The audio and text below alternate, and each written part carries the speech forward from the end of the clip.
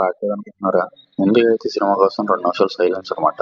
Cinema ముందుగా చూపించిన విధంగా వీడియోలో ఒక స్మాల్ గ్లిమ్స్ అయితే మీకు చూపించాను. సినిమా అయితే విజువల్స్ మరియు తమన్ బ్యాక్‌గ్రౌండ్ మ్యూజిక్కే బాగుంది. పాజిటివ్స్‌కి వచ్చే సినిమాకి తమన్ బ్యాక్‌గ్రౌండ్ మ్యూజిక్ అలాగే విజువల్స్, సుజిత్ స్క్రీన్ ప్లే అక్కడక్కడ కొంచెం ఫ్యాన్స్‌ని ఎంటర్‌టైన్ చేసే కొన్ని ఎలిమెంట్స్ మాత్రమే సినిమాలో ఉన్నాయి.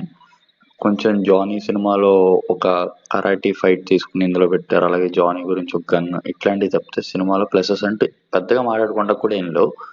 దాని తర్వాత మైనస్ వచ్చేసరికి సినిమా స్టోరీ అసలేం లేదు ఫస్ట్ ఆఫ్ ఆల్. దాని తర్వాత అర్జున్ దాస్ క్యారెక్టర్ అసలు ఎస్టాబ్లిష్ గానే లేదు. అలాగే ప్రకాష్ రాజ్ చుట్టూ స్టోరీ నడుస్తుంది కానీ ప్రకాష్ రాజ్ ఎందుకున్నాడో తన యాక్టింగ్ స్కోప్ ఉందో లేదో మొఖంలో ఎక్స్ప్రెషన్స్ కూడా ఏం పలకడం లేదు అన్నట్టు మనకి చూపించాడు అనమాట సుజిత్. కాకపోతే క్యారెక్టర్లో అంత కావాలంటే అంత యాక్ట్ చేయొచ్చు.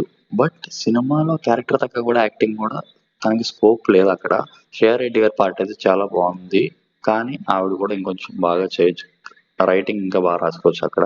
సినిమాలో లేయర్స్ అయితే ఉన్నాయి మనకి చూపించాడు కూడా అందులో. ఆ లేయర్స్ ని బాగా డెవలప్ చెయ్యాలి ఆ సినిమాలో. ఒక 2-3 లేయర్స్ ఉంటాయి. ఫ్లాష్ బ్యాక్ లో ఒక ఫైట్ ఉంటది. ఒక కానిస్టేబుల్ గా తమిళనాడులో ఒక మదురై గురించి ఒక సీన్ ఉండిద్ది. అట్లాంటి కొన్ని సీన్స్ కొంచెం ఇంకా ఎస్టాబ్లిష్ చేసుకొని రాయొచ్చు. సినిమా ఓన్లీ ఎలివేషన్స్ మాత్రమే వెళ్ళిపోయింది. అదే మైనస్ అనిపించింది. ఆడియన్స్ కి మైనస్. ఒక ఫ్యాన్స్ పరంగా చూస్తే సినిమా ఆ ఎలివేషన్స్ ప్లస్ అనమాట. ఆడియన్స్ ఒక ఫ్యాన్స్ కి అయితే ఫుల్ మీల్స్ ఇచ్చాడు సుజిత్. ఆడియన్స్ పరంగా ఒక కామన్ ఆడియన్స్ పరంగా సినిమా అయితే పర్లేదు ఫ్రెండ్స్. మీరు నిజంగా ఒక యాక్షన్ మూవీకి ఫ్యాన్ అయితే మాత్రం మీరు యాక్షన్ మూవీకి ఫ్యాన్ అయితే మాత్రం సినిమాకి వెళ్ళొచ్చు.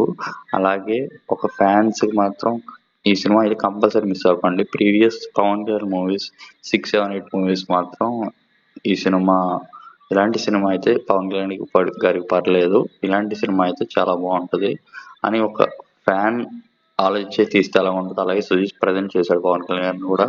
బ్యాక్గ్రౌండ్ మ్యూజిక్ అయితే చాలా ప్లస్. పవన్ అయితే ఫుల్ న్యాయం చేశాడు ఈ సినిమాలో. అంతే ఫ్రెండ్స్. సినిమాలో పాజిటివ్ మైనసెస్ అయితే నేను ఇచ్చే ఈ సినిమాకి రేటింగ్ మాత్రం 5కి 2 ఇస్తాను అనమాట. 2.5. సినిమా అయితే ఓవరాల్ గా నాకైతే ఓకే అనిపించింది. థియేటర్ నుంచి వెళ్ళిపోదాం అనిపించలే. అలాగని ఎంగేజింగ్ కూడా చేయలే. ముందుగా ఎమోషన్ లేదు ఆ సినిమాలో. ఒక రైటింగ్ పార్ట్ చాలా మైనస్. వర్స్ట్ అసలు రైటింగ్. కానీ ఒక విక్రమ్ తీద్దామని చెప్పి విక్రమ్ కూలీ మిక్స్ చేసి సినిమా తీసినట్టుంది. ఖైదీ కూడా మిక్స్ చేశాడు. ఖైదీలో ఏదైతే ఖైదీలో ఒక డ్రగ్స్ చుట్టూ స్టోరీ నడుస్తుందో దీని చుట్టూ ఇక్కడ కూడా ఒక ఆర్డిఎక్స్ చుట్టూ స్టోరీ నడిచింది.